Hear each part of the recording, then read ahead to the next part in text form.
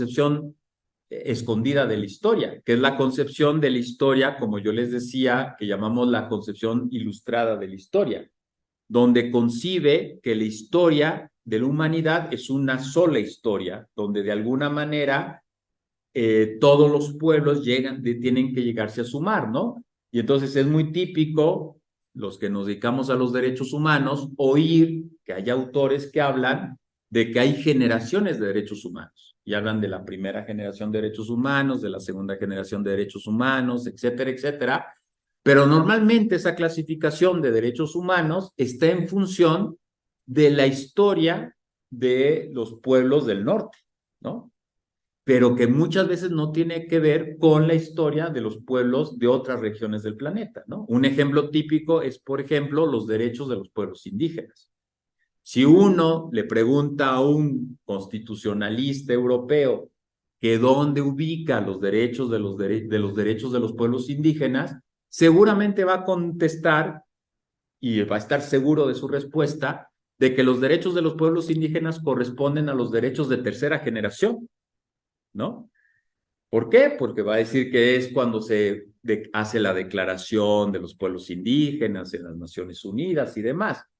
Pero si tú le preguntas a los pueblos indígenas desde dónde vienen sus derechos humanos, seguramente si ellos ya se apropiaron del discurso de los derechos humanos, dirán que sus derechos humanos nacen desde el momento en que comienzan a generar praxis de resistencia desde hace 500 años a los procesos de colonización, ¿no? Entonces, claro, cualquier pueblo indígena te va a decir, oiga, pues nosotros comenzamos primero nuestra resistencia a la colonización desde 1492 que los burgueses franceses en 1782. Entonces, ¿de dónde estamos hablando de cuál es la primera generación de derechos humanos?